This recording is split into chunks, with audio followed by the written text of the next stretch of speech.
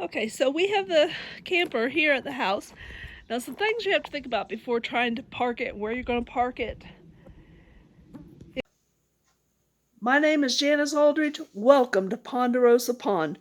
We're out in East Tennessee, and we're glad you're coming along for our little adventure. We hope you have as much fun as we do.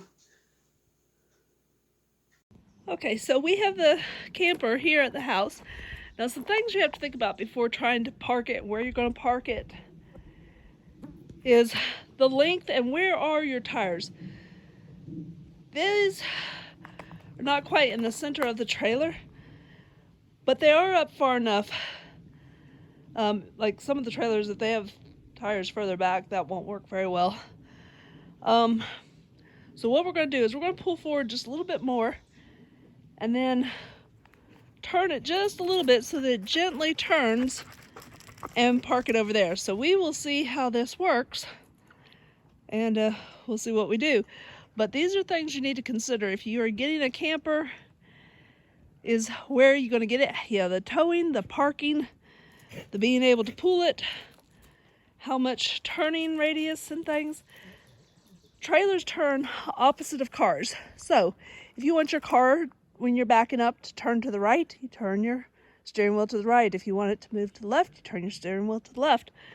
Trailers are opposite.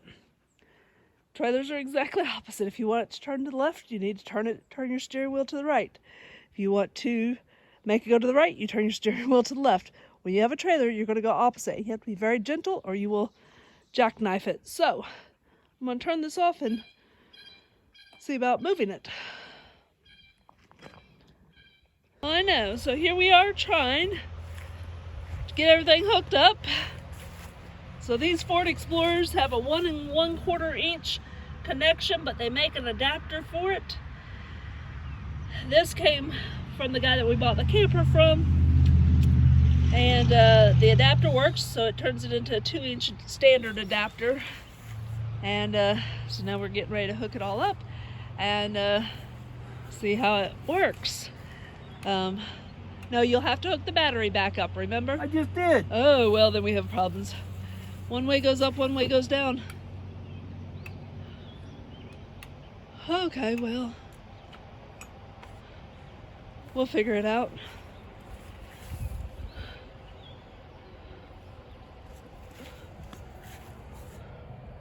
Well, we got the battery hooked back up, but we'll see what's going on here. Okay, so make sure you have your chocks in before you disconnect from your car. We almost messed up on that one. We got it into our flatter area.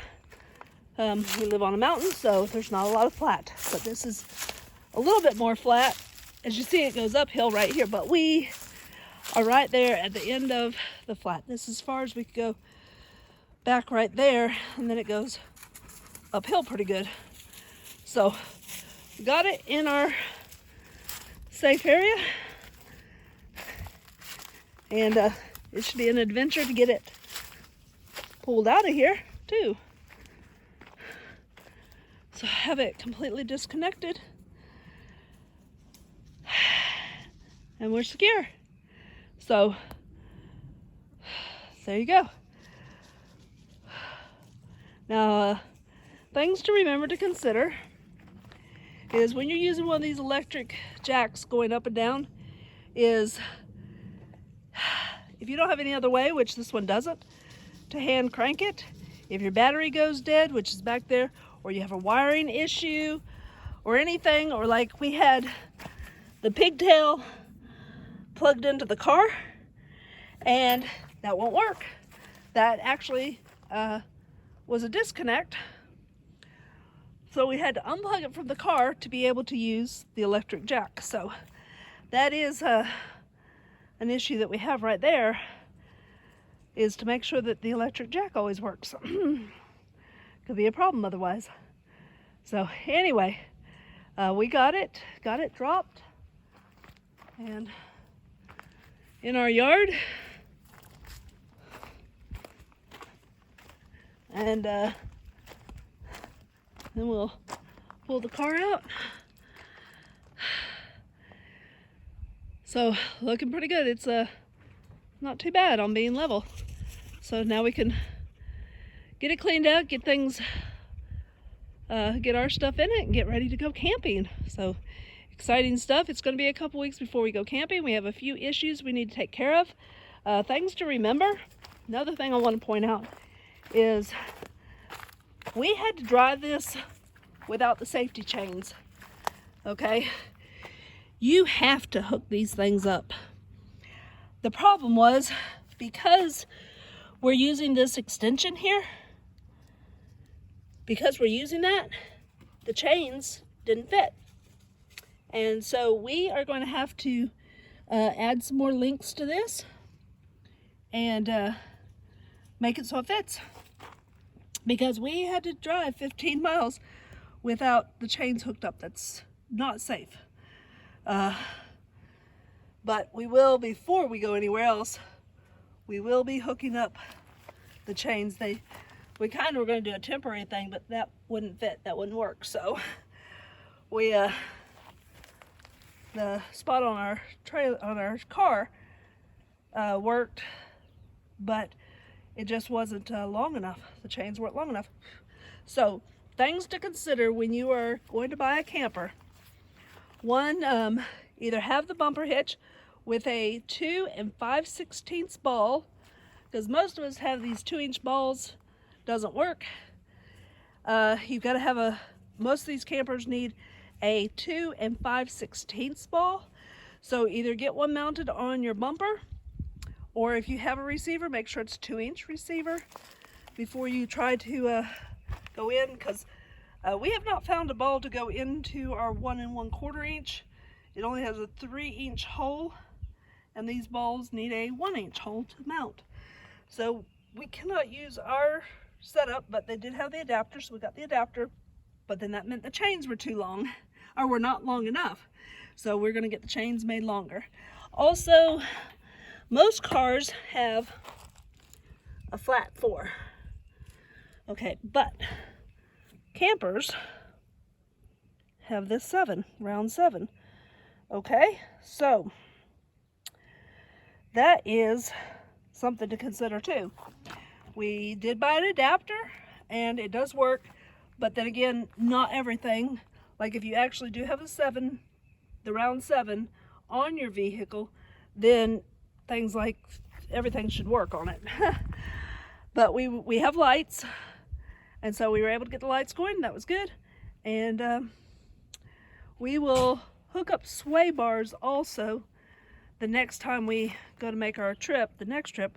We have sway bars, we just did not get them hooked up, and that's why this contraption here is like it is.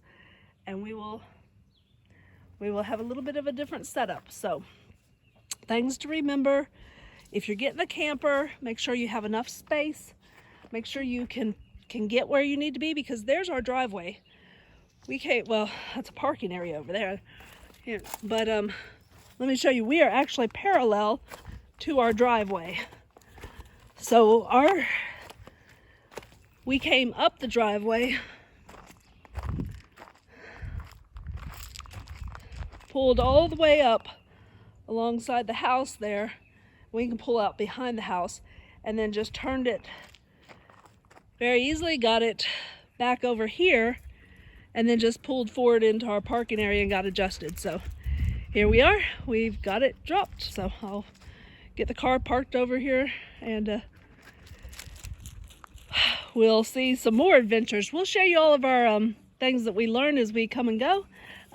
Also, we were going to hook up an electrical plug to our electricity. We need to get an adapter. We can't just plug an extension cord into the camper.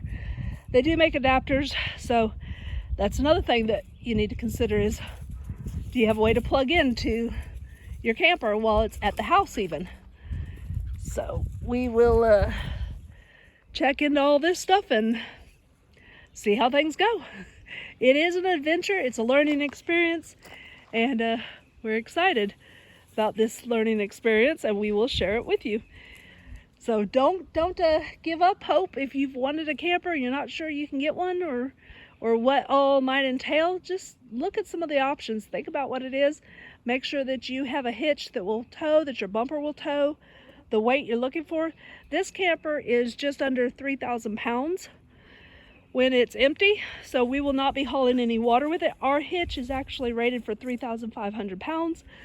So we're not maxed out, but we will not be like towing water or sewage or anything in it.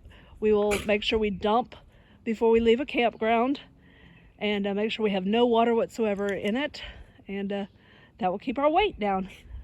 So y'all have a wonderful, wonderful day. And hey, if you have been camping or have any ideas or any suggestions or anything you learned with a camper, please share it in the comments. Share it with all of us so we can learn as we go. We appreciate all the advice we can get with this. Y'all have a wonderful day. Alrighty, so we finally got the camper out, got it set up, and so we weren't sure about doing, for those of you who have never done a camper, we had not done a camper like this. We weren't sure about doing these levelers or these balancers or whatever. Anyway, you don't have to put them out, but they do keep the camper from rocking around so much. And all you do is you just put them down. There's 4 of them. One left side front, right side back, and left side back. And they really do help. They stabilize it a lot. So anyway, got the propanes working, got it turned on, and we're over here family camping. So we got kids off in the tents, and right now all the kids are at the playground. So just having us a few days of family time. Sometimes you got to bring your own shade. So we got that one. Got a couple of tents to put everybody in. Pretty nice little setup. So we're over here at Lake Hartwell, and Lake Hartwell, South Carolina State Park. Not really set up for tents. They have a few tent sites. They said you could put 2 tents at each one of these sites, but there's not a way to really stake the tents up. These are freestanding tents, or that one is. So we were able to put it on the concrete. But if you ever come to Lake Hartwell, South Carolina State Park, just keep that in mind. They do have tent-only sites, and so if you're going to go tent camping, that would be the way to go. So just something to think about. But yeah, nice. Got lots of shade. Beautiful area. And we got all the camping chairs out here under the awning, and just having some time camping. Hope everybody's having a wonderful day. And hey, where do you like to go camping? State parks, private parks, national parks?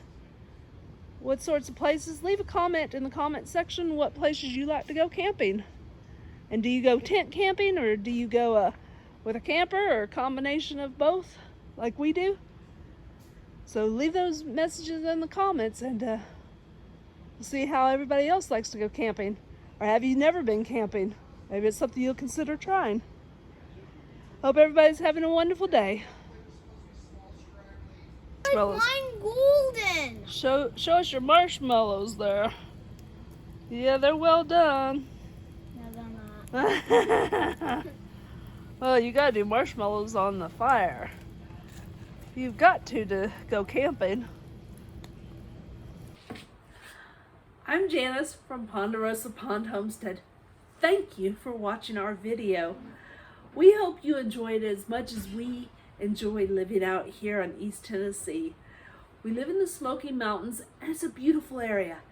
We do most of our videos from our homestead, but we do occasionally just in the surrounding areas also.